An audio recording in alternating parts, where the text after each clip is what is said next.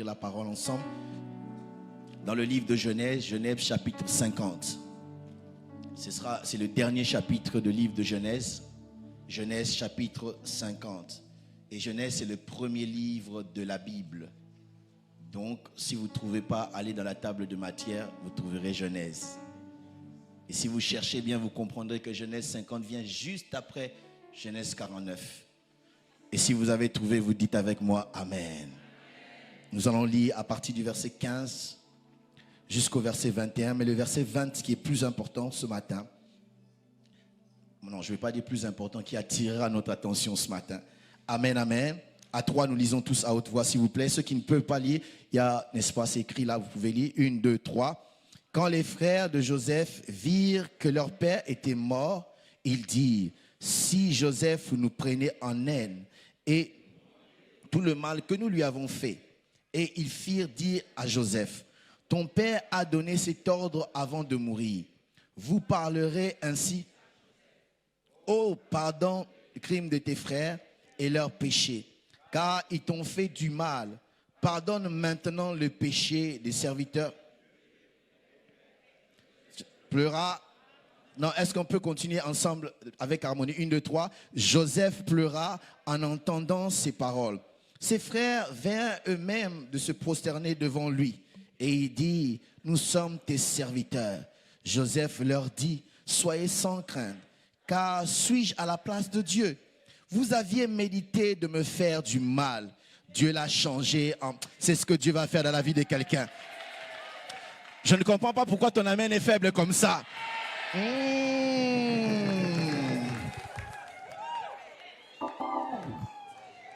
Dieu l'a changé en bien pour accomplir ce qu'il arrive aujourd'hui, pour sauver la vie à un peuple nombreux. Soyez donc sans crainte, je vous en tiendrai. Et il le consola. Amen. Gloire au Seigneur. Avant d'aller plus loin, avant de prier pour la parole, le thème que nous allons partager ce matin, nous l'avons intitulé « Dans la peau de Joseph ». Aide-moi à dire à ton voisin « Dans la peau de Joseph ». J'aurais pu dire « Dans les baskets de Joseph ». Père, nous prions que tu puisses bénir ta parole. Nous nous recommandons sous ta grâce et nous prions que ton esprit nous conduise. S'il te plaît, ô Dieu, au-delà de nos limites, fais quelque chose. Au-delà de nos lacunes, ô Dieu, fais quelque chose. Touche le cœur de quelqu'un pour ta gloire. Père, tu es un Dieu fidèle. Et nous voulons expérimenter ta bonté et ta fidélité ce matin. Bénis ta parole. Que toute la gloire te revienne au nom de Jésus. Amen. Nous pouvons reprendre nos places. Nous bénissons Dieu pour ce privilège et cette grâce que nous avons de nous tenir devant vous en ce matin. J'aimerais, vous avez remarqué l'absence du pasteur Noëlla et Mamina qui ne sont pas là. Ils sont allés à Portland pour une conférence. Il se pourrait qu'ils nous suivent, il est 3 heures là où ils sont. Alors si vous nous suivez, que Dieu vous bénisse et surtout merci pour cette confiance que vous nous donnez de pouvoir apporter la parole de Dieu. Et j'aimerais dire merci à tout le comité, le corps pastoral et toute l'église. Amen, amen. Amen, amen. Je suis autour à la joie de voir ma femme revenir. Souvent c'est moi qui parle, mais cette fois-ci c'était elle. Et c'est moi qui pesais et les papas et la maman. Merci Seigneur, elle est là. Gloire au Seigneur. Dans la peau de Joseph. Dans la peau de Joseph. Nous sommes dans une année de montée où Dieu, n'est-ce pas, nous parle de la montée divine parce qu'il veut nous faire monter. Mais nous devons comprendre une chose, et les orateurs qui nous ont précédés l'ont dit. Ils ont dit que Dieu ne nous fait pas monter pour rien, car la montée est une responsabilité. Dieu nous donne, n'est-ce pas, une position parce qu'il veut que par cette position, nous puissions être une bénédiction pour les autres. La Bible dit, je te bénirai et tu deviendras une source de bénédiction. À chaque fois, n'est-ce pas, Dieu nous élève. À chaque fois que Dieu nous donne une position, c'est une responsabilité, mais aussi c'est une responsabilité pas envers nous, envers les autres. Amen. Amen. Et des fois, nous ne comprenons pas ou nous ne saisissons toujours pas cela. Ce texte que nous lisons, nous voyons l'accomplissement du rêve ou de la vision que Dieu avait donnée à Joseph. Et dans cette vision, des années avant, il a vu ses frères se prosterner devant lui. et ses frères, n'est-ce pas, venir dans sa présence pour se prosterner. Mais les choses n'ont pas été toujours comme il voulait. Et nous allons voir dans la suite de ce que nous allons dire.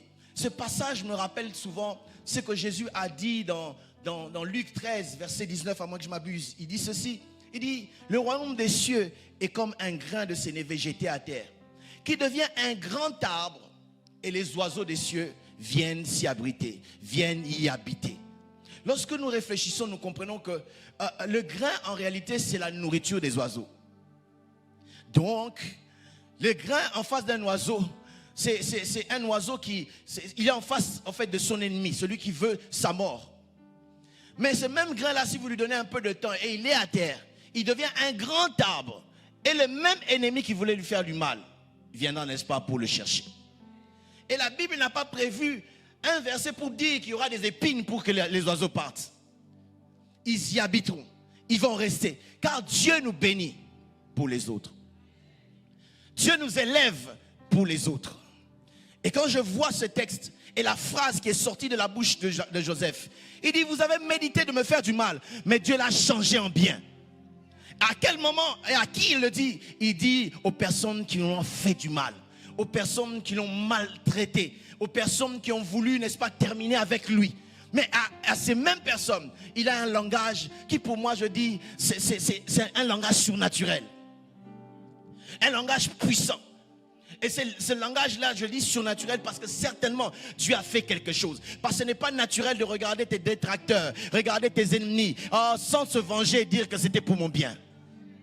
Quelque chose certainement s'est passé.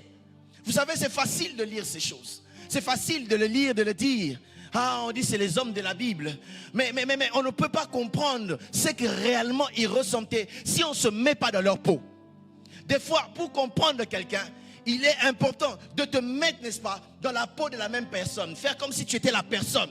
Et qu'est-ce que tu ferais si tu étais à la place de cette personne? Des fois nous parlons, des fois nous critiquons, nous pointons les gens de doigt. Mais je pose la question, si tu étais à la place de cette personne, est-ce que tu allais réagir comment? Et il est important de revenir, n'est-ce pas, à la place de cette personne.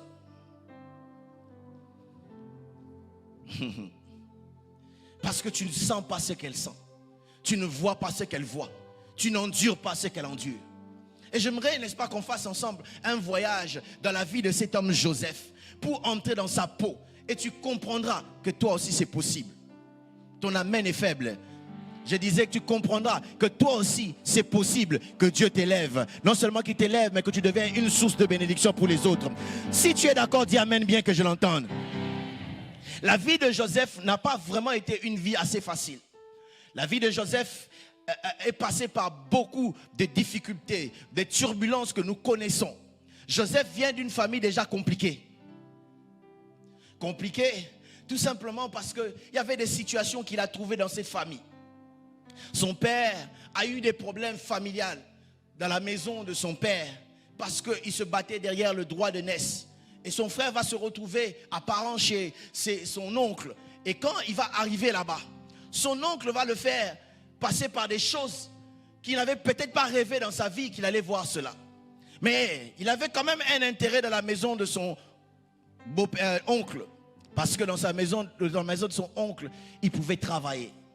Et au-delà du travail, Jacob a vu une fille qui l'intéressait, du nom de Rachel, qui était la deuxième fille de Joseph, comment dire, de Laban, merci, de Laban.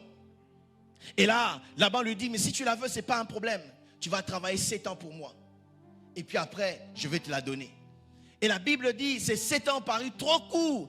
Parce que quand on aime, même les temps, on ne voit pas. Bon, je comprends que toi, tu n'as jamais aimé. Voilà pourquoi tu ne dis pas amen.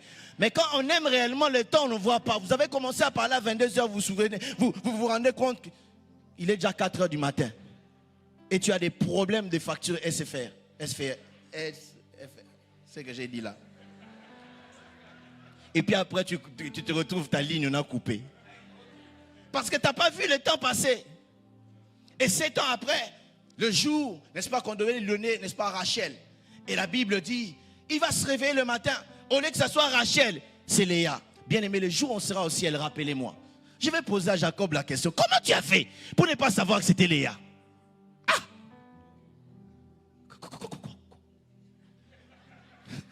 Jusque-là, je n'ai jamais compris. Ce n'est que le matin qu'il a su que c'était Léa. Et le mariage était déjà, même si on est pressé, le mariage était déjà consommé. Et il se réveille, il dit, pourquoi tu me fais ça à Laban? Et Laban lui dit, non, dans notre tradition, on ne donne pas la cadette ou la seconde avant la première. Si tu la veux, va travailler encore 7 ans. Travaille 7 ans encore. Sinon, je vais te la donner. Il lui a donné la fille et il devait travailler 7 ans à crédit. C'est ce que la Bible dit. Donc, il avait déjà Rachel. Et il se retrouve à la maison avec 2 femmes qu'il n'avait pas cherchées. Donc, il se retrouve polygame. Il n'avait pas souhaité ni voulu. Lui, son cas, il n'avait pas cherché. La polygamie est tombée sur sa tête. Mais il y a des gens qui cherchent la polygamie. Toi, ta polygamie, tu n'as pas... Pas toi, celui qui me suit là-bas. Ta polygamie, tu n'as pas... Non, non, non, non, ce n'est pas tombé sur toi. C'est toi-même qui allais. Et il y a des gens qui ne sont pas polygames, ils sont même polyfiances. Donc, ils ont beaucoup de fiancés. Ils ne sont pas ici. Ils ne sont pas ici. Certainement, je vais les trouver en ligne. Toi qui es polyfiance. Et ils se retrouvent, n'est-ce pas, polygames. Et laissez-moi nous dire, dans une maison de polygamie, il y a un climat dangereux qui règne. Un climat compliqué qui règne. Et là, Léa, n'est-ce pas, qui se retrouve dans le mariage, qui dit, ce mariage me revient de droit parce que je suis l'aîné. Et Rachel qui dit non, ce mariage me revient de droit parce que moi, c'est moi qu'on a aimé. C'est moi qu'on a payé, c'est pour moi qu'on a payé la dot. C'est pour moi que cet homme a demandé la main à mon père. Et chacun avait raison de dire que non, c'est son mariage. Et l'autre, son mariage. Et la guerre a commencé à entrer. Mais le comble, Rachel ne pouvait pas avoir des enfants. Léa, elle pouvait avoir des enfants. Oh, je ne sais pas si c'était la première ou la deuxième année. Directement, Léa aura un enfant qu'il appelle Ruben. Au moins, elle a quelque chose pour dire à ça. Toi, tu parles de ton mariage. Est-ce que tu peux produire dans ce mariage? Et de l'autre côté, Rachel n'avait rien. Comme si ça ne suffisait pas, elle aura Siméon. Oh, comme si ça ne suffisait pas, elle aura encore un autre enfant. Comme si ça ne suffisait pas, Judas viendra. Et de l'autre côté, Rachel ne pouvait pas supporter. Parce que dans la polygamie, il y a une forte compétition. Et elle a dit non, non, non, non. Si c'est comme ça, si moi je ne peux pas avoir les enfants, je prends ma servante, je vais lui donner. Et il donne la servante. Jacob se retrouve avec 3 femmes. Et avec la servante, il a encore un enfant. Et Léa dit non, non, non, c'est pas comme ça. Moi aussi, je vais donner ma servante. Il donne sa servante. Il se retrouve avec 4 femmes. Et le climat rempli de tension dans cette famille. Tension parce qu'il y a conflit que conflit. Compétition et compétition. Et lorsque les enfants sont en train de grandir, j'imagine, vous savez, dans une famille polygame, le climat est propice, n'est-ce pas? Si tu sèmes même une petite jalousie, ça va te donner un grand baboba de jalousie. Quand tu sèmes, n'est-ce pas, les conflits inutiles, la suspicion. L'autre a dit ceci, mais l'autre a entendu autre chose. Le problème, ce n'est pas ce qu'il dit, mais c'est le climat déjà n'est pas favorable. Le climat déjà est en train d'abîmer tout. Le climat est en train, n'est-ce pas, de détruire tout. Et il y a la guerre, les conflits, la guerre, la compétition, la jalousie qui naît, comment dire, la haine qui est en train de monter de deux côtés. Et non seulement une famille pareille, mais les enfants qui étaient aussi. C'était des enfants terribles. Des gens comme Ruben et Siméon qui ont tué quelqu'un parce qu'ils voulaient se venger. Quelqu'un qui a violenté leur femme, leur sœur. Et après, il a demandé pardon, il voulait faire les choses bien. Mais malgré ça, ils ont tué toute une famille par leur colère. Dans une famille où il y a la colère, non seulement la colère, il y a eu l'inceste aussi. Parce que Ruben est sorti avec la femme, l'une des servantes de son père. Et une famille compliquée. Et lorsque Joseph ne naît pas comme un enfant ordinaire. Elle naît comme un trophée que sa mère va montrer à la rivale. Déjà, quand elle vient nous montrer, qu'est-ce que tu avais dit? Moi aussi j'ai un enfant. Nous le savons parce que son nom veut dire Dieu a enlevé. Qu'est-ce que tu croyais? Dieu a aussi enlevé ma honte. Et son nom veut dire que Dieu ajoute. Et Dieu lui a ajouté. Lorsqu'il va ajouter, il meurt. Elle meurt plutôt. Il y a des gens qui ne vivent pas les ajouts. Pourquoi? Parce que leur cœur n'est pas en bon état. Dieu te donne, mais tu ne sais pas bénéficier de ça. Et c'est dans cette atmosphère que Joseph va grandir. Dans une atmosphère compliquée, conflit sur conflit. Demain, vous entendrez que tel a battu tel, l'autre se sont battus. J'ai vu des gens se battre, aller au-delà même d'en arriver aux mains. Ils arrivent aux armes. J'ai vu 2 frères qui vont monter des gangs des 2 côtés et se tirer dessus. Pourquoi? Parce que la haine, et cette haine est venue de la maison. Et des fois, les gens qui nourrissent cette haine-là, ce sont les mamans. Moi, je suis d'avis que les problèmes des parents, ça reste entre les parents. Les problèmes des parents ne concernent pas les enfants. Certains problèmes, ce n'est pas dans une famille polygame. Mais papa qui est toujours en train d'empoisonner les cœurs des enfants. Votre maman, c'est qu'elle m'a fait. Votre maman, c'est qu'elle me fait. Tu crois faire bien. Tu es en train de détruire les enfants. Votre papa, je vous dis, ce qu'il m'a fait. Tu crois faire bien. Tu détruis les enfants. Parce que les problèmes des parents, c'est les problèmes des parents. Les problèmes des parents ne concernent pas les enfants. Ah, toi tu dis pas, mais c'est pas grave. Mais je le dis très fort pour que ceux qui sont en ligne comprennent. Tes problèmes là ne concernent pas les enfants. Laisse les enfants tranquilles. Traitez les problèmes comme des grandes personnes. Il y a des enfants qui vivent avec la haine, avec la colère, avec c'est un cœur meurtri et déjà abîmé à l'enfance. Pourquoi? Quelle est la source de cela? C'est maman. Parce que si maman tu n'avais rien dit, l'enfant n'aurait pas su. C'est qui la source? C'est papa. Si papa tu n'avais rien dit, les enfants n'auraient pas su. Les problèmes des parents restent entre parents, pas les enfants. Combien sont les enfants qui payent, n'est-ce pas, les prix des problèmes des parents? Combien sont les enfants qui aujourd'hui, même leur vie est détruite parce que les parents ont eu des problèmes et ils ont entraîné les enfants dans leurs problèmes. Et c'était dans ce genre de famille que Joseph a atterri. Et dans le chapitre 17e, c'est ce qui a donné encore plus de tension. La Bible me dit que Joseph, âgé de 17 ans, son père l'aimait. Son père va montrer des favoritismes. Je ne sais pas. Peut-être les parents qui ont 2 enfants, 3, moi j'en ai qu'un seul pour le moment.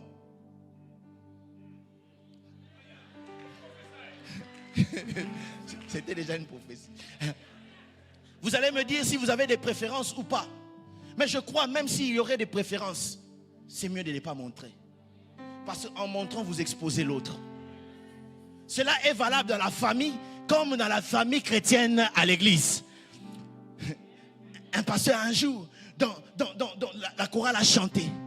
Oh, c'était bien, le culte était bien. Et à la fin, il prend le micro, il dit, en tout cas, toi là, tu chantes bien. Tout le monde peut partir, mais toi, tu dis, non. Et je vous dis la vérité, le garçon, j'habitais avec lui le même immeuble. À 1h, il est venu frapper chez moi. En train de pleurer, regardez.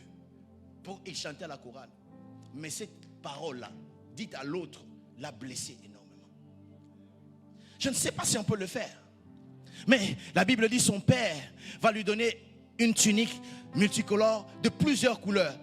Et Joseph, maintenant entrons dans la vie de Joseph, entrons dans la peau de Joseph. Joseph sait qu'il est peut-être venu après les autres, mais il est l'enfant aimé de son père, désiré de son père, venant de la femme aimée par son père. Et Joseph a déjà une grosse tête. Joseph se sent déjà privilégié. Il se sent favorisé plus que les autres. Et la Bible continue. La Bible dit ceci, que Joseph rapportait les mal de ses parents, de ses frères plutôt, à leur père. Donc, sa position de favoritisme le poussait à pouvoir rapporter des choses. Écoute bien aimé. Cette chose-là, si ça ne peut pas faire du bien, pourquoi tu rapportes? Il va raconter les choses. Et les autres savaient. Et la Bible dit, il ne pouvait avoir envers lui que la haine. Premièrement, parce que tu es favorisé. Deuxièmement, non seulement tu es favorisé, tout ce que nous faisons, toi tu vas raconter ça à papa. Toi là, toi là. Et la Bible dit, il ne pouvait avoir que de l'aversion envers lui, la haine envers Joseph. Et pour ajouter, et cette fois-là, ce n'est pas son père, c'est Dieu qui est venu. Dieu lui donne encore un rêve. Et quand il a un rêve, vous imaginez quelqu'un qui avait une grosse tête, quelqu'un qui se prenait pour quelqu'un d'extraordinaire. Il vient le matin. Il dit, vous savez quoi? Ah non, Dieu est de mon côté. Quand je vous dis de prier le Dieu de Joseph, vous ne voulez pas croire. Dieu est de mon côté. J'ai eu un rêve où j'ai vu la lune, les étoiles et vous tous là en train de... La Bible dit, ses frères se fâchaient encore. Et son père l'a presque repris. Un peu comme pour lui dire en réalité, tu n'es pas sage, il ne faut pas dire ces choses. Et encore dans le verset 9 du chapitre 37e, Joseph eut encore un rêve. Et j'imagine Joseph, il dit cette fois-ci, je ne peux pas dire. Je vais cacher. Quand il sort, il voit ses frères directement. Il n'arrive pas. Il n'arrive pas à cacher. Vous savez quoi? Non, non, le Dieu de Joseph. J'ai eu un rêve. Et la Bible dit, la haine s'est encore accrue. Souvenez-vous dans quel climat il vivait déjà. Est-ce que c'est mauvais si l'autre est béni? Mais le problème, c'est que le climat déjà n'était pas favorable. Ah, une petite chose qui a même des grandes répercussions. Pourquoi? Parce que le climat est mauvais. Avant d'avancer, j'aimerais dire, si cela est encore possible pour toi, frère, n'entre pas dans ces histoires de la polygamie. Moi, je dis amen. Le climat était mauvais. Et la Bible me dit, la haine régnait. Et un jour, son père va envoyer cet homme Joseph. Vous savez, Joseph était appelé à être élevé. Mais Dieu ne peut jamais élever quelqu'un qui n'a pas encore compris, qui n'a pas de bonnes dispositions du cœur. Il y a beaucoup de gens qui sont encore en train, ils sont assis. Ils n'arrivent pas à s'élever. Pourquoi? Parce que Dieu voit que tu es talentueux, mais ton cœur est pourri encore. Et des fois, Dieu va te faire traverser. Je disais, Dieu va te faire traverser certaines choses afin de te bâtir. C'est ce qu'on appelle en d'autres termes le brisement. Qui que tu sois, avec tes grâces, tes talents, laisse-moi te dire, Dieu va te briser et il sait le faire bien. Et il sait là où frapper pour que cet orgueil-là, pour que cette façon de te voir là puisse se terminer. Dieu seul fait. J'ai dit avec Dieu bien-aimé, on ne saute pas de classe, même si on est un génie. Dieu va permettre que tu puisses traverser des choses qui vont te briser. À moins que tu fuis Dieu. Mais si tu es avec Dieu, et directement, son père l'appelle Joseph, et j'imagine avec peut-être un nom affectif, il dit, Joe, tu es où Joe? Il dit, oui papa. Il dit, oh Joseph, tes frères sont partis avec les brebis, ils pètent les brebis, mais est-ce que tu ne peux pas leur amener la nourriture? Il dit, oui, je vais emmener, n'est-ce pas, la nourriture à mes frères. Et Joseph va prendre, il arrive là où ils étaient censés être, on lui dit, il n'est pas ici. Ils sont allés à Dotham. Ils ne sont pas ici, ils sont à Dotham. Alors, Joseph va courir. C'est encore plus loin. Mais lui, il était excité de voir ses frères parce qu'il a l'habitude de leur montrer que lui, il est... Hein? Lui, il est... Vous savez, quand vous avez petit quelque chose, là, vous avez envie que tout le monde voie, n'est-ce pas? Alors, vous n'avez jamais vu quelqu'un quand il a acheté une nouvelle voiture. Il ne te visite pas, mais ce jour-là, il te visite. Curieusement, au lieu de t'appeler, il klaxonne. Pour que quand... Parce qu'il veut que tu puisses voir. Et j'imagine Joseph dans la joie de venir et voir encore ses frères pour qu'ils puissent constater combien il est aimé. C'est lui qui amène la nourriture. De loin, il est en train de les voir. Il voit Zabulon, Ruben. Il crie Ruben. Et quand eux, ils voient, ils regardent celui-là. Regardez ces rêveurs. On va voir maintenant. Ici, papa n'est pas là. On va les tuer et voir ce que vont devenir ses rêves. Erreur. Un rêveur ne meurt pas quand on l'attaque physiquement. Parce que le rêve qui vient de Dieu ne meurt jamais.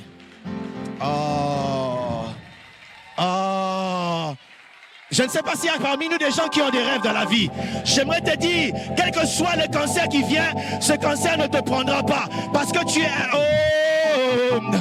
Alléluia, alléluia. Je disais, quel que soit le degré de la maladie, quelle que soit la férocité de la maladie, parce que tu as un rêve, tu ne mourras pas. Je dis que tu ne mourras pas. Les anglophones disent, a man of dream never die. Tu ne peux pas mourir si ton rêve n'est pas encore accompli. Vous savez, une chose est vraie. Une fois Dieu te donne les rêves, c'est une garantie de ta vie. Je dis, c'est une garantie de ta vie. Parce qu'avant que tu puisses mourir, il faut que ton rêve puisse s'accomplir. Voilà pourquoi je suis très sûr que je ne mourrai pas encore aujourd'hui. Car la Bible me dit, je ne mourrai pas. Je vivrai pour raconter tout ce que Dieu m'a... Quelle erreur! Quelle erreur! C'est une erreur. On ne tue pas, n'est-ce pas, le rêveur. Si vous voulez réussir, tuez le rêve, pas le rêveur. Et la Bible dit, ils vont le prendre. Quand ils vont le prendre, ils vont le mettre dans le puits. Mais dans les rêves, Joseph a vu ses frères se prosterner devant lui. Mais dans la réalité, au lieu que ce qu'il avait vu s'accomplisse, il se voit lui se prosterner devant ses frères. Genèse 42, 21 dit que nous avons vu combien il nous a supplié pour le laisser. Nous avons vu l'angoisse et l'amertume de son âme. Donc ça veut dire, Joseph était venu, laissez-moi, s'il te plaît, Nephtali, ne me fais pas ça, Nephtali, pardon, ne me fais pas ça. Et pour eux, ils étaient dans la joie. Peut-être, j'imagine, il le pousse de l'autre côté. Zabulon dit, oui, tes rêves, on va voir. Il le pousse de l'autre côté. L'autre prend un coup à la mâchoire. Et on le prend, on le renverse. On lui dit, non, ne faites pas ceci. Ne faites pas ceci. Non, Zabulon, ne fais pas ceci, Siméon. En train de pleurer. Mais la Bible dit, ils n'ont pas fait cas à cette douleur. Imaginez cette douleur où on est en train de te taper. Je ne sais pas si ça vous est déjà arrivé que les gens puissent te taper en masse. Moi, ça m'est déjà arrivé. J'étais turbulent en primaire. Quand j'étais, je crois, en CM, quelque chose de genre. Il y avait un groupe de filles que je croyais des grandes. Et à chaque fois qu'elles étaient à la récré, pour le plaisir, je courais juste pour faire tomber leur déjeuner. Pour le plaisir. Et donc, je m'acharnais seulement à elles. Un jour, elles étaient plus âgées que moi. Elles m'ont attrapé. Heureusement, c'était des femmes. Elles m'ont tabassé, j'ai pleuré, j'ai eu même honte de me lever. Et la meilleure, 2 jours après, je viens de me rendre compte, c'était des grandes sœurs, on habitait la même avenue. Donc, elles connaissaient ma famille. Mais moi, je ne les connaissais pas parce que je ne les côtoyais pas, j'étais petit. Et aussi, oh, on m'a tapé. Et j'imagine Joseph, qui n'était, entre guillemets, pas fautif. Il ne méritait pas cette colère et cette haine. Et il ne blaguait pas, il dit, tu vas voir. Qui t'avait dit d'aller m'accuser? Et l'un d'eux, il dit, ah, tu vois, ce jour-là, moi j'ai parlé en mal de papa, tu as raconté. Tu as vu, à cause de toi, on m'a privé de ceci, de cela. Il a commencé à tabasser Joseph. Et Joseph en train de pleurer, en train de supplier. Personne pour eux, ils trouvent une satisfaction de lui faire du mal. Et Joseph ne comprend pas. Comment est-ce que vous qui êtes censés être mes frères, vous me faites ça? Vous qui, dans le corps duquel le même sang que celui que j'ai est en train de couler, vous me faites ça. Combien les cœurs des gens peuvent devenir cruels quand certaines sémences mauvaises entrent en eux. Ce n'était pas ses ennemis, ce n'était pas ses voisins, mais c'était ses propres frères. Oh! Et de l'autre côté, je vois dans la Bible un homme qu'on appelle Jephthé. Jephthé, la Bible commence à parler, il dit Jephthé était un vaillant héros. Sa mère était une prostituée. Je pose la question. Qui parmi nous dans cette salle a choisi sa mère? Qui parmi nous a choisi dans quelle famille il va venir naître? Qui parmi nous a choisi la taille qu'il devrait avoir sur terre? Qui parmi nous a choisi la race de laquelle il va venir dans le monde, avec laquelle il va venir dans le monde? Qui parmi nous a demandé tout ce qu'il peut avoir? Personne n'a demandé. Mais à cause de quelque chose qu'il n'a pas demandé, il est en train de souffrir. Et je croyais même que la Bible a fait une erreur. La Bible dit, ses frères lui diront. Peut-être la Bible voulait dire demi-frère. J'ai cherché dans la Bible, je n'ai pas vu ce terme. J'ai cherché. Jusque-là, je n'ai pas encore trouvé. Peut-être il y en a, mais je n'ai pas trouvé. On me dit, ses frères. Je dis, est-ce que la Bible n'a pas fait d'erreur? Je cherche dans d'autres versions. Mais ses frères vont lui dire, tu ne peux pas hériter avec nous, va-t'en. Et j'imagine Jephthé sorti de la maison de son père en train de souffrir pour quelque chose qu'il n'a pas fait. Il n'est pas responsable. Le responsable reste à la maison. Les responsables vous donnent les héritages, mais lui est en train de subir. Combien sont les gens qui sont en train de subir comme ça? On n'a même pas consulté pour t'enlever de ta famille et t'emmener chez ta tante en France. Et tous les enfants ont droit à des caprices, mais toi tu ne sais faire des caprices. Quand toi c'est caprice, c'est un problème. Et il peut dire aujourd'hui, je ne veux pas du chocolat, je veux la confiture. Toi si tu veux changer, on n'avait même pas demandé ton avis.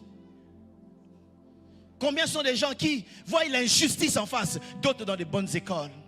Et lui, parce qu'il est venu d'eux, parce que lui, c'est la fille de cette dame-là. Et Jephthé est en train de grandir comme ça. Jephthé est en train, n'est-ce pas, de souffrir. Pour revenir à l'histoire, j'imagine un peu Joseph, quand on le met dans le puits, peut-être avec des égratignures, parce qu'on l'a jeté dans un puits. il est tombé, je ne sais pas. Si le pied avait mal, il y a eu un dérangement ou quoi, je ne sais pas. S'il a eu des blessures ou pas, il se retrouve là. Et ce n'est pas fini, peut-être lui il dit, on me punit. Mais il entend parler de la mort. Ses frères disent, tuons-le. Et une guerre entre les frères. Ruben dit, non, laissez-le. Les autres disent, non, tuez-le. Comment un frère peut vouloir qu'on puisse tuer sa soeur ou son frère? Comment? Tellement que la haine a pris une dimension, une hauteur, telle que pour être apaisé, nous devons le voir mort. Et la Bible dit, l'un d'eux va dire, non, vendons-le aux Ismaélites. Et Joseph, on le vend comme esclave. Il a, n'est-ce pas, les mains liées. Chaque pas qu'il faisait, l'éloigner de sa famille. Chaque fois qu'il faisait, l'éloigner même de la vision que Dieu lui a donnée. Parce que dans la vision, il a vu ses frères se prosterner. Mais il s'éloignait de ses frères. Chaque fois l'éloigner de son père qui devait aussi se prosterner. Et il était en train de pouvoir entrer. Et j'imagine, dans les déserts avec la poussière. Peut-être pas bien habillé parce qu'on enlevait sa tunique. Peut-être qu'il était là, sale. Et là, il était en train d'entrer en Égypte. Et en entrant, j'ose croire, il ne faisait que ruminer quelque chose. Qu'est-ce que j'ai fait? Pourquoi je suis en train de souffrir comme ça? J'imagine un peu la profondeur. J'imagine un peu la plaie, la douleur qu'il pouvait avoir. Écoutez bien aimé, il y a des plaies, n'est-ce pas, visibles. C'est encore bien. Parce que l'alcool peut faire l'affaire. Mais les plaies là intérieures, oh my God. Quelqu'un peut avoir des maquillages bien habillés, mais la plaie est en train de puer. Dieu seul sait combien ce matin parmi nous, il y a des gens qui ont le cœur pourri. Des cœurs qui sont en train de puer parce que la blessure est tellement grande. Et Joseph est en train d'entrer en Égypte. Et j'imagine les gens qui étaient dans l'Égypte à la porte en train de regarder ces esclaves-là. Oh, les gens regardent, ils sont sales. Regarde là, il n'est pas beau. Et ils ne savent pas, l'Égypte ne savait pas que ce jour-là entrait leur futur premier ministre. Ah, est-ce que je peux parler? Je disais, est-ce que je peux dire quelque chose? Je disais, est-ce que je peux dire quelque chose? Écoutez, j'avais dit, don't mind. Ne t'occupe pas de ce que les autres sont en train de penser. Ils ne savent pas ce que tu vas devenir demain. Je dis, ne t'occupe pas de ce que, comment est-ce que les gens te considèrent aujourd'hui. Car ton aujourd'hui n'est pas égal à ton lendemain. C'est que les gens ne savent pas. Peut-être ils méprisent leur patron. Aïe, aïe, aïe, aïe, aïe. Oh Dieu, aide-nous. Il entre comme un sans-papier. Comme un migrant vendu, comme une marchandise. Et il entre. Et dans son cœur, Joseph se pose des questions. Joseph est en train de pleurer. Joseph est en train de se dire, pourquoi la vie n'a pas de sens? Est-ce que Dieu... Et il dit tout ce qu'il peut dire. Et là, on va le vendre. Dieu dans sa grâce. J'aime Dieu. Même dans nos souffrances, Dieu permet que nous puissions avoir des petites faveurs. Oh, la Bible dit, la nature nous enseigne. Vous n'avez jamais remarqué, même dans les larmes, il y a le sel. Parce que quand tu souffres, tu pleures. Quand tu touches la larme, il y a un peu le sel. Vous savez pourquoi? C'est pour adoucir la douleur. Et Dieu permet qu'il puisse, n'est-ce pas, être vendu dans la maison d'un homme qu'on appelle Potiphar. Et Potiphar va remarquer que la grâce de Dieu se trouve dans la vie de cet homme. Je vais lui laisser l'intendance de la maison. Il peut toucher tout. Et la Bible dit, il s'occupait de tout à la maison. Et là, Joseph était en train de travailler. Et un problème encore. Joseph était beau. Le deuxième grave problème qu'il a eu, il n'a rien dit. Il n'a accusé personne. Il a montré de favoritisme à personne. C'était parce que seulement il était beau. Et c'est là que je me rends compte que ce n'est pas facile d'être beau dans la vie. Posez-moi la question, je vais vous dire.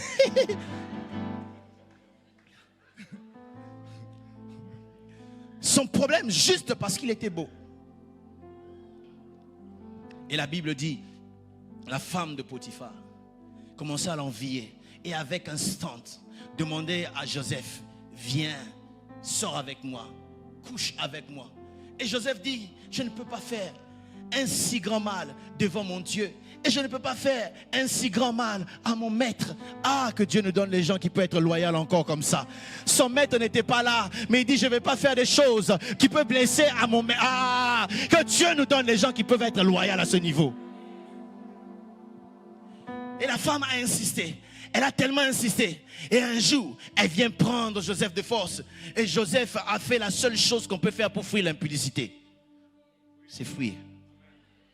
L'impudicité ne se conseille pas. Tu n'as pas besoin de parler en langue en face de l'impudicité. Le seul moyen de sortir pour l'impudicité, c'est de fuir. Oh! Cette histoire est revenue dans ma tête.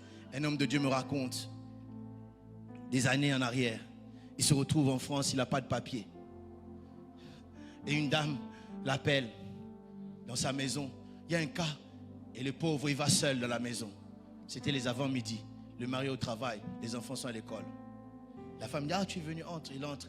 Et puis, elle entre dans la salle de bain. Quand elle sort avec une tenue. Et il commence à dire au frère, viens avec moi. Le frère dit, non, je ne peux pas faire ça. Il dit, quoi? Tu ne vas pas faire quoi? Si tu essayes, tu sais que tu es sans papier, je vais appeler la police ici. Attends, j'arrive. Quand il parle, le frère parle. Parce que lui, il avait encore des problèmes. Mais à un moment, je ne sais pas quelle erreur elle avait fait. Les frères, il a conjugué les verbes qui sauvent. Ah oui. Dans ce domaine, il n'y a que les imprudents qui avancent et qui tombent. Et la Bible dit, elle a tellement insisté. Joseph a refusé. Elle a pris, n'est-ce pas, les vêtements de Joseph. Et Joseph fait comme nous faisions à l'école primaire à l'époque. Tu m'attrapes par les vêtements, je te laisse les vêtements. Il lui laisse sa tunique et Joseph court. Parce que dans la vie, ne t'inquiète pas des tuniques. Les tuniques, il y en aura. Inquiète-toi, n'est-ce pas, de ton rêve. Oh! S'il veut prendre la tunique, laisse-le prendre ta tunique. Mais toi, protège ton rêve. Hey, est-ce que je parle à quelqu'un? Et Joseph va laisser, Joseph va fuir. Et la femme va commencer à crier. Elle commence à pleurer. Oh oui, il a emmené un hébreu qui s'est amusé de moi. Qui est venu ici pour chercher. Elle a changé l'histoire. Elle a donné des preuves fausses. Et Joseph se retrouve en prison. Ah, ça m'étonne. Combien de gens peuvent donner des mauvaises preuves juste pour faire souffrir les autres? Donc Joseph est en train de couper dans la prison. Et elle est contente. Ah oui, je lui avais demandé, elle a refusé. Elle va souffrir, il va souffrir. Elle est contente. Je dis, comment tu peux être content? Alors que la veuve et l'orphelin sont dehors. Toi, tu as falsifié les papiers pour apprendre leur propriété. Tu y habites et tu élèves tes enfants. Tu crois que tu es à l'aise? Comment tu peux être à l'aise d'entrer dans le foyer de quelqu'un, briser le foyer et prendre le mari de quelqu'un? Tu es à l'aise? Oh. Comment tu peux être à l'aise d'avoir détourné les fonds, l'argent des autres, et tu les gardes dans ta poche? Tu manges avec tes enfants et tu es à l'aise. Comment on peut être à l'aise à ce niveau? Comment on peut être à l'aise? Tu salis la réputation de l'autre. L'autre est vu d'une certaine manière. Et toi, tu es à l'aise. On raconte l'histoire de cette femme, de cette sœur, qui était dans le groupe d'intercession d'une église. Et le chef de l'intercession était célibataire. Et c'est comme si toutes les filles l'enviaient. Voilà pourquoi si tu as l'âge, frère, arrête les célibats. J'ai dit moi-même amen. Alors, mais le cœur du frère tendait vers une autre sœur. Et elle le savait. Et tout le monde le savait. Il est allé même affiancer la sœur.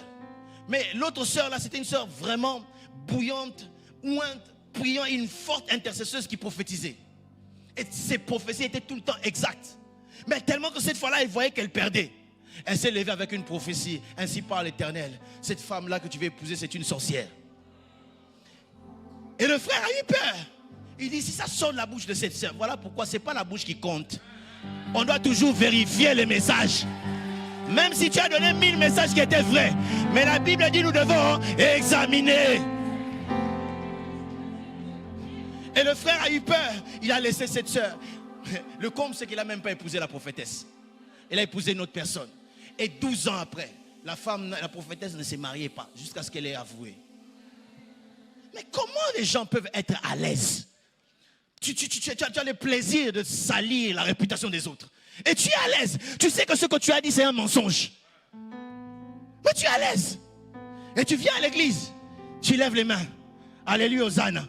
Nous croyons que tu es spirituel. Mais Dieu voit, tu es non seulement charnel, mais tu as la sorcellerie en toi. C'est pas normal. C'est pas normal. Nous sommes à l'église, nous sommes venus chercher Dieu. Il y a des gens qui viennent à l'église, ils nous veulent du mal, ils veulent envoûter. Tu es à l'aise. Tu es aussi assis à la chaise. Avec ta sorcellerie, tu dis amen. Oh, ce n'est pas normal. Je ne comprends pas comment est-ce que certaines personnes... Est-ce que vous avez des cœurs de pierre ou vous avez des cœurs de chair comme tout le monde? Tu fais du mal à quelqu'un et tu es à l'aise. Oh! Tu mens sur quelqu'un et la réputation s'est salie.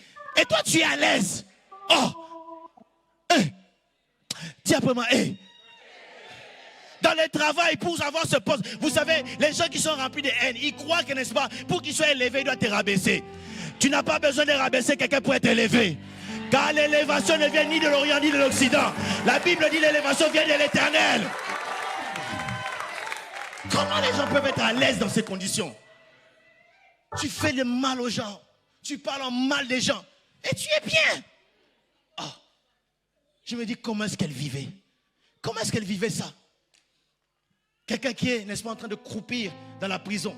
C'est comme si il était condamné à une durée indéterminée.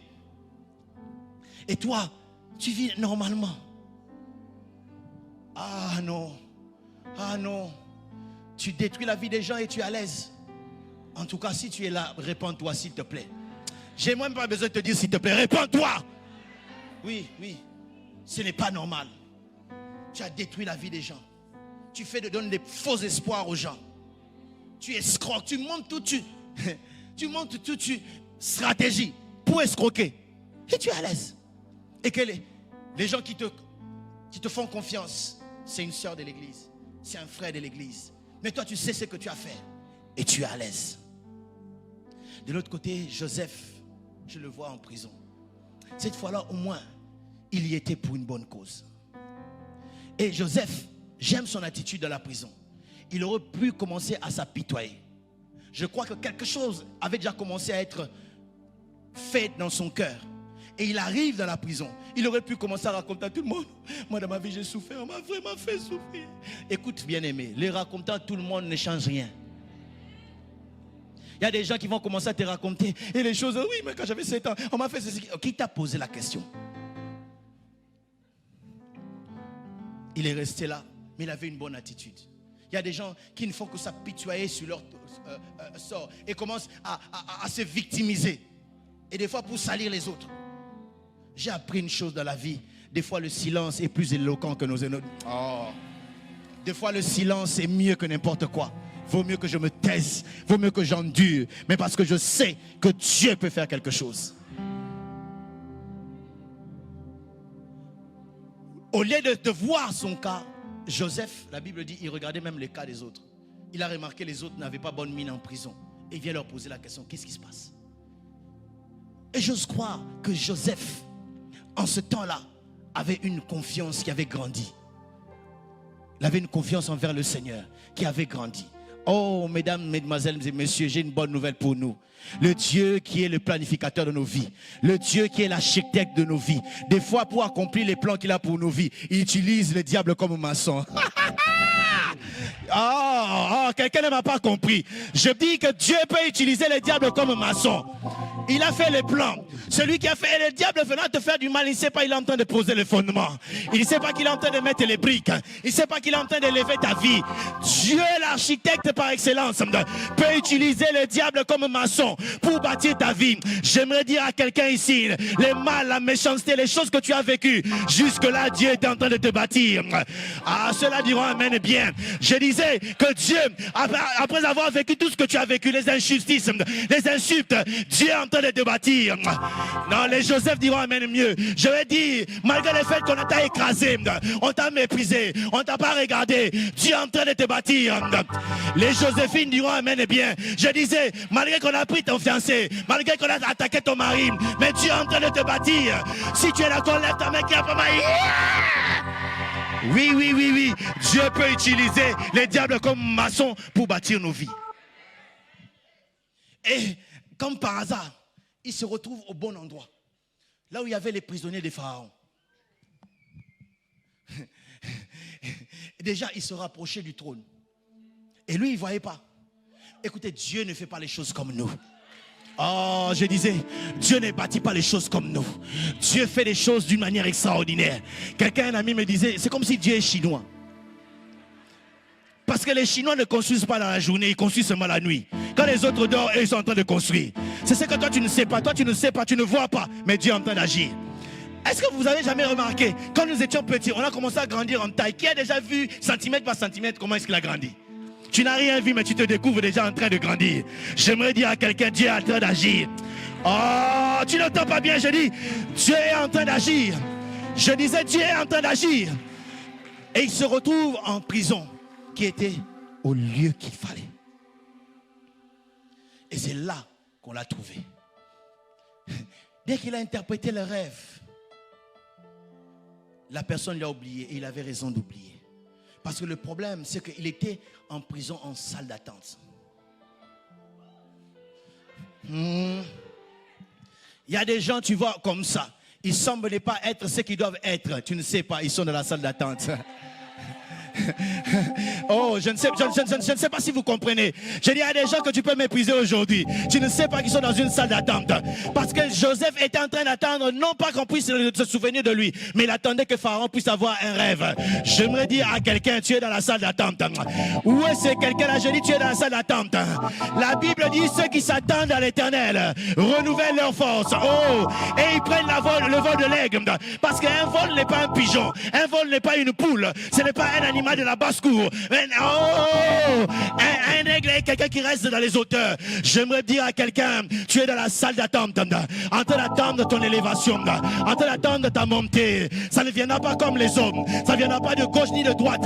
Car la Bible dit, l'élévation ne vient ni de l'Occident, ni de l'Orient, mais elle vient de l'Éternel. J'aimerais encourager quelqu'un, quel que soit ce que tu as vécu, quelles que soient les larmes que tu as versées, aucune de tes larmes ne seront...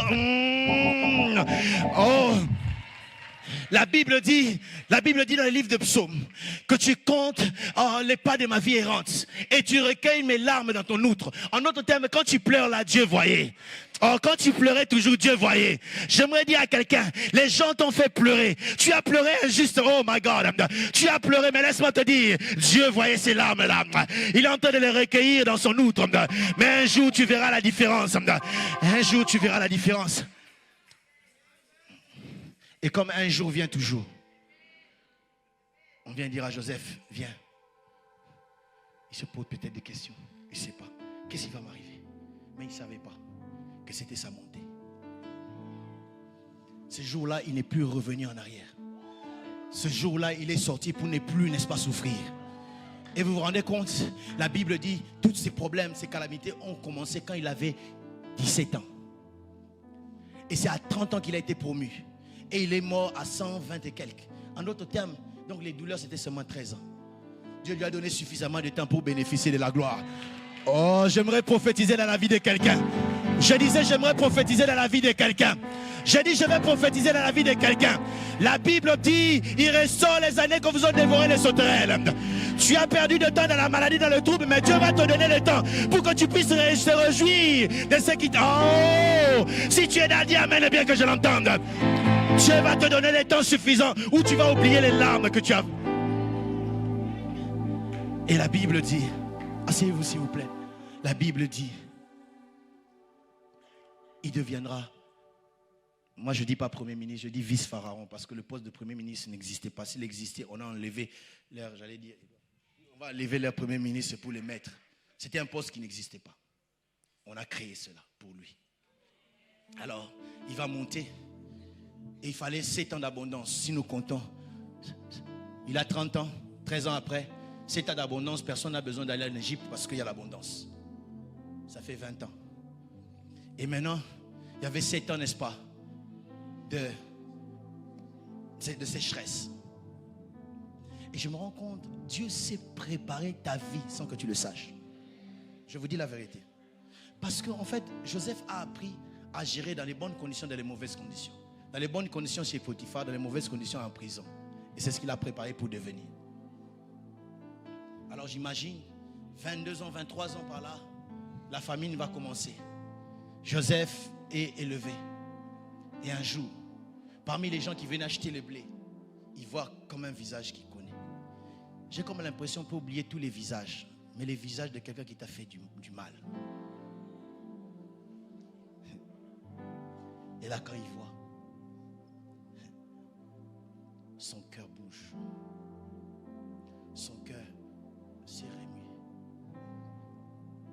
Je connais l'histoire d'un frère. Une sœur l'avait lâché. Et le frère s'est marié. Il a oublié. Mais un jour, 10 ans après, il rencontre la sœur. Lui-même dit, le cœur a bougé.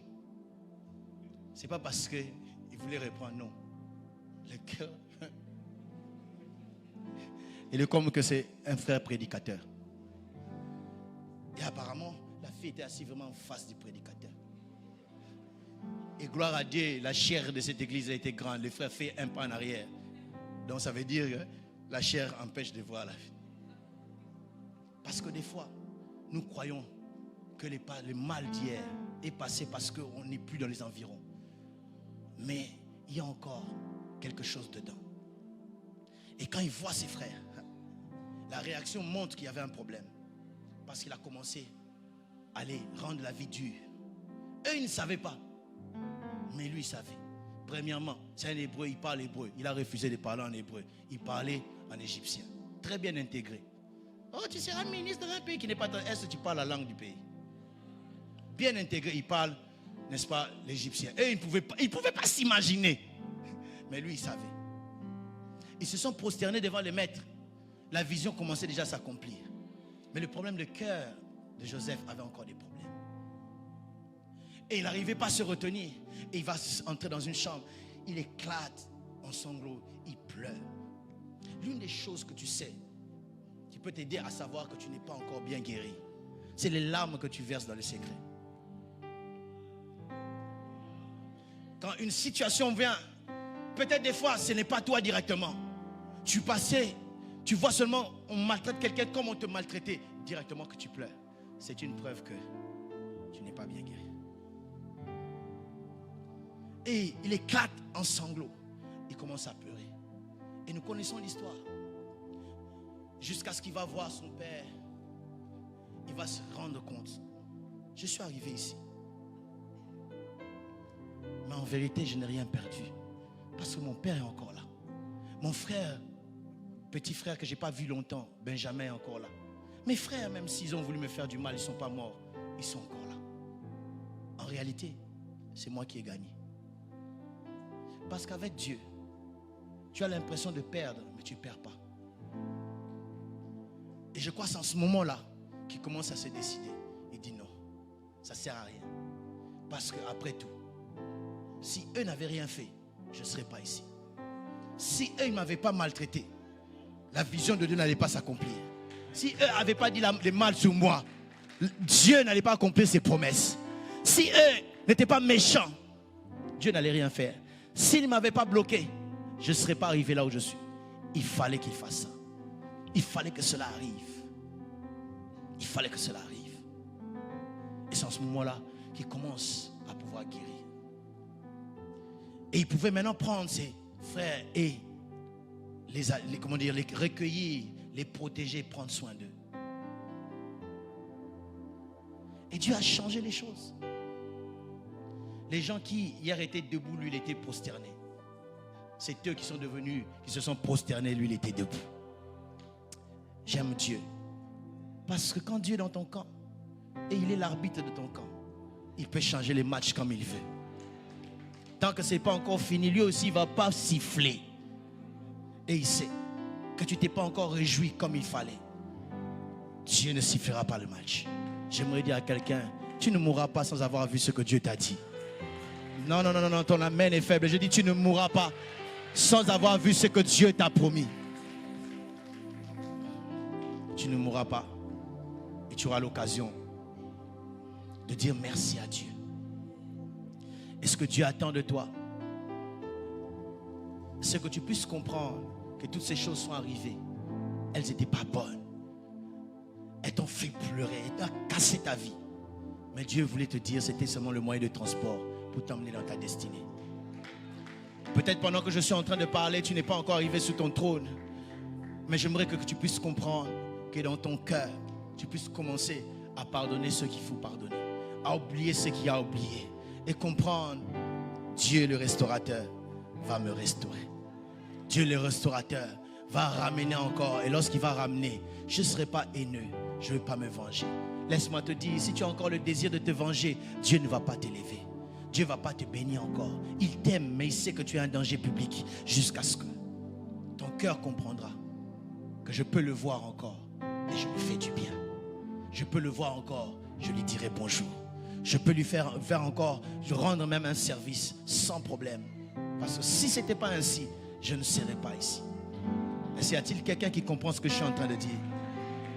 Les gens t'ont sali, les gens t'ont fait du mal, mais il y a un Dieu dans les cieux qui ne sommeille ni ne dort. Il a dit: à moi la vengeance, à moi la rétribution.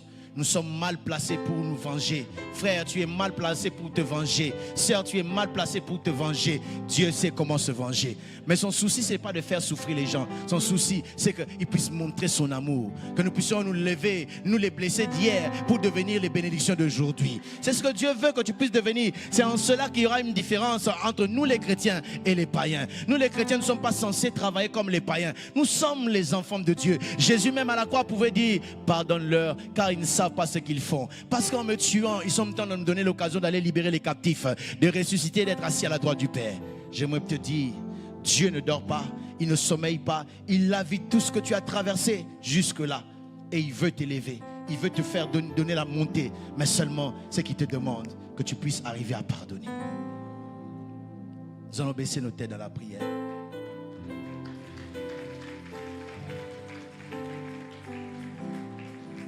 Alléluia. J'aimerais te voir venir devant ici, toi qui, le cœur meurtri, tu as besoin de pardonner pour voir. Mais peut-être tu n'as pas la force. Avance ici devant et nous allons prier pour toi, avec toi. Alléluia. Alléluia. Merci bien-aimé.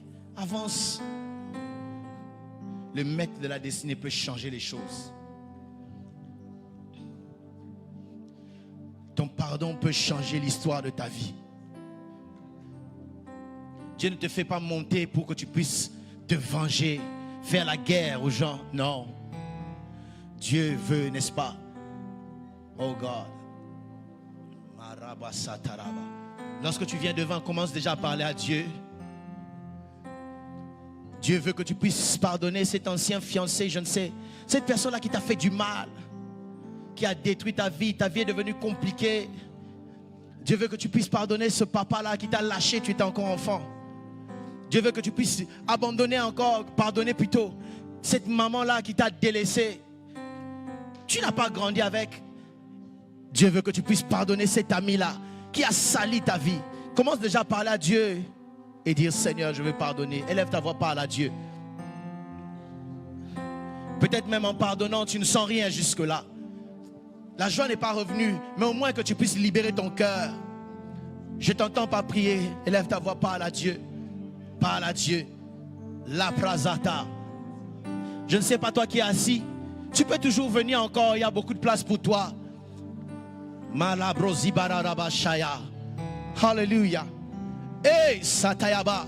Si Joseph a oublié, si Joseph a pardonné, toi aussi tu peux pardonner. Si Joseph a pardonné, toi aussi tu peux pardonner. Les prazata. Élève ta voix, parle à Dieu s'il te plaît. Si les larmes sont en train de venir, ne les arrête pas. Tu peux les laisser couler. Ce sont des larmes de guérison.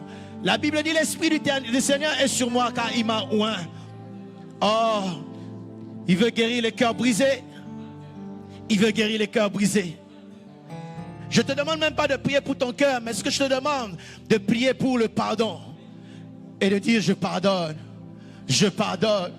C'est vrai, ça m'a fait mal, mais je pardonne. Ça m'a tourmenté. Regarde, je suis devenu un peu ce que je suis devenu aujourd'hui à cause de ces personnes, mais je pardonne. Parle à Dieu. Parle à Dieu. La différence ne se fera sentir que quand toi tu auras libéré ton cœur et pardonné. Élève ta voix, parle. Il y a des prières que tu es en train de prier. La réponse est là, elle est suspendue. Mais elle ne trouve pas de place pour atterrir parce que ton cœur est rempli.